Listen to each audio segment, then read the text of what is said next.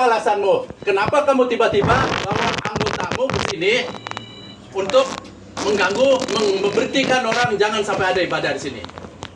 Adakah kami pergi melarang kamu sholat?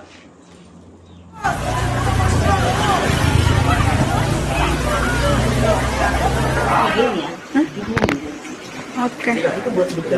Udah Bu. Nyatakan bahwa mulai hari ini tidak akan mengadakan ibadah atau kebaktian lagi. Nyatakan bahwa mulai hari ini tidak akan mengadakan ibadah atau kebaktian lagi di rumah saya tinggal. Demikianlah surat pernyataan ini saya buat.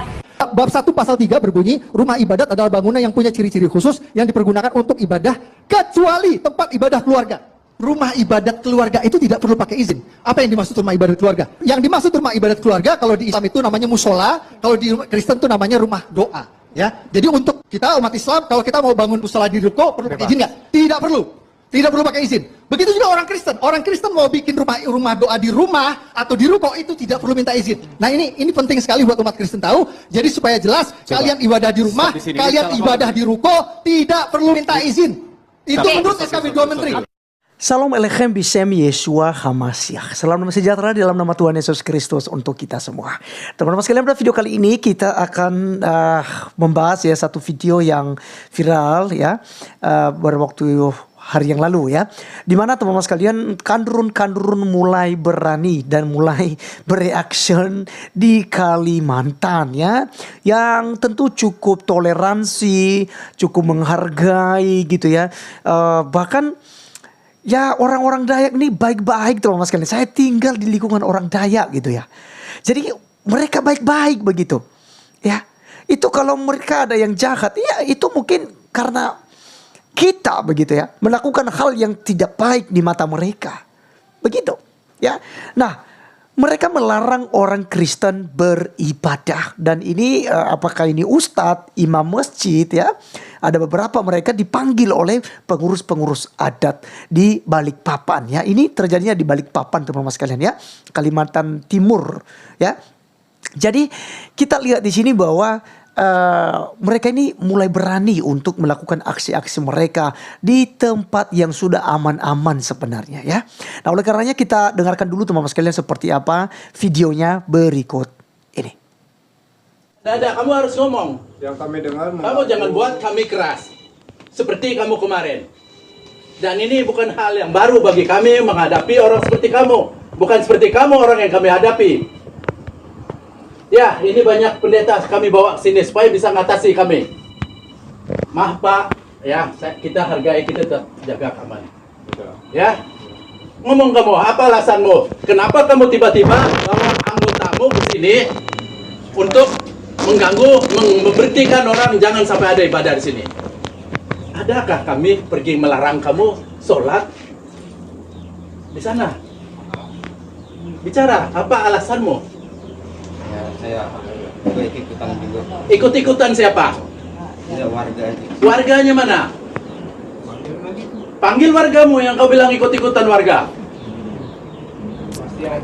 Kami di sini membuat tempat ini untuk berbuat baik, bukan untuk membuat merusak warga di sini.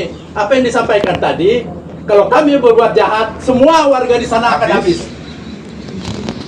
Itu yang kau mau. Apa alasanmu? Suruh. Siapa yang ngacak? Ada, orang di belakangmu pasti ada. Tanya aja dia baik-baik. Apa alasannya? Kok tiba-tiba emosi? Saya tidak emosi, memang nada saya harus keras. Maaf Pak. Gak apa-apa Mas Yus, Gimana? disampaikan Mas Yus. Jangan takut, lebih baik sekarang terbuka supaya kedepannya beres. Silahkan disampaikan. Kenapa tiba-tiba Mas Yus emosi? Siapa-siapa, Bagaimana supaya ceritanya? nanti Silahkan. jangan lagi Ya, teman-teman sekalian, itulah videonya. Dan teman-teman sekalian, saya berikan aplaus ya bagi pengurus adat di Balikpapan yang tentu saja tegas dan keras. Dan saya percaya di situ disertai dengan kasih ya teman-teman sekalian. Karena memang kekristenan itu diajarkan ya. Sekalipun kita tersinggung, kita marah dengan aksi-aksi pembubaran ibadah tersebut, tetapi di balik itu semua ada kasih. Nanti ada jalan keluar untuk tabayun menyelesaikan persoalan ini. Apalagi di situ ada dari tentara, ada juga polisi yang mengamankan situasi keadaan di sana sehingga ya memang kondusif ya, tidak terjadi namanya keributan dan bisa diselesaikan ya secara adat. Karena memang di Kalimantan ini ketat sekali soal adat istiadat dalam hal-hal seperti ini. Nah teman-teman sekalian, saya mau sampaikan sesuatu bahwa hal seperti inilah yang harus ditiru oleh orang-orang Kristen dimanapun berada. Jangan takut ya untuk melawan mereka, ya untuk mengusir mereka. Ya. Karena kenapa? Kita punya hak untuk beribadah. Undang-Undang Republik Indonesia menjamin kebebasan untuk umat beragama, bahkan untuk peribadatan. Mau ibadah di rumah, lalu ada yang membubarkan itu. Ya, harus lawan. Ya, dan harus kita paham hukum karena ketika ibadah di rumah, pasti mereka bilang, "Mana izinnya? Ini bukan gereja," gitu. Ya, pengalaman-pengalaman seperti itu yang dilakukan oleh para kandurun-kandurun. Nah, caranya untuk menghadapi itu, ya, undang-undang mana ya yang melarang orang beribadah di rumah sendiri? Ya, tunjukkan undang-undangnya. Karena tidak ada undang-undangnya. Yang perlu izin itu adalah gedung gereja, masjid, biara misalnya, atau sekolah-sekolah gitu ya punya izin dan lain sebagainya. Ya, atau gedung-gedung ya yang dipakai secara kepemerintahan ya. Ya mungkin harus ada izin ya pendiriannya, ya ada akta pendiriannya dan lain sebagainya, yayasan-yayasan ya begitu. Tapi kalau ibadah di rumah itu tidak ada ya izin yang harus diurus. Ya kurang lebih seperti teman-teman muslim yang kemudian di perusahaan-perusahaan disiapkan musola, mereka sholat di situ, mereka beribadah di situ, ya, dan musola-musola lain yang ada di pinggir jalan misalnya dibangun di situ musola, mereka beribadah di situ. Itu tidak ada larangan. Ya, tidak ada larangan teman-teman sekalian. Nah, jadi kalau kemudian mereka menggunakan undang-undang seperti itu, kita tanyakan itu, ya. Dan satu hal teman-teman sekalian bahwa ini semua adalah pekerjaan setan untuk menghalangi kekristenan, untuk menghalangi penginjilan, untuk menghalangi orang masuk di dalam jalan kebenaran, untuk orang percaya pada Yesus Kristus adalah Allah yang telah memperkenalkan dirinya kepada manusia sehingga melaluinya semua orang akan diselamatkan. Karena barang siapa yang percaya kepada Tuhan Yesus Kristus tidak binasa, melainkan akan memperoleh kehidupan yang kekal. Oleh karenanya teman-teman sekalian, mari kita tetap berdoa, kita serahkan semua dalam tangan Tuhan. Si kandurun tadi kan bungkam tuh. Ya katanya hanya ikut-ikutan. Ya, alasan ditanyakan pun tidak bisa memberikan alasan juga. Dan apa yang dikatakan oleh pengurus adat tadi, ya di sini bukan membuat keributan ataupun kejahatan, tapi yang dilakukan di sana adalah peribadatan kepada Tuhan. Masalahnya di mana? Nah, dia kan bungkam tuh, ada beberapa orang mereka di situ nggak bisa memberikan jawaban.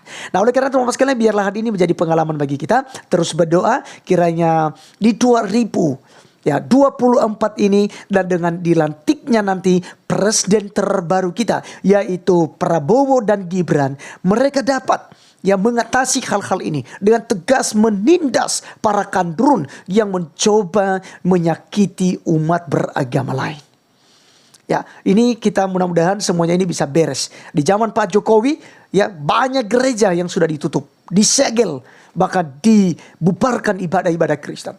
Ya, dan sekalipun ada tindakan-tindakan tetapi tidak belum semuanya ada efek jerat ya bagi orang-orang yang melakukannya. Dan mudah-mudahan di Pak Prabowo dan juga Pak Gibran yang telah dipercayakan untuk memimpin NKRI atau Indonesia ini ya 5 tahun ke depan, biarlah semuanya bisa ditolong oleh Tuhan dan mereka bisa mengatasi persoalan-persoalan penutupan tempat ibadah, rumah ibadah, bahkan pembubaran-pembubaran ibadah ini. Mari kita sama-sama melawan radikalisme, premanisme, dan terorisme yang ada di Republik Indonesia ini. Saya Arif Gula undur diri, sampai ketemu di video berikutnya. Tuhan Yesus memberkati kita. Salam.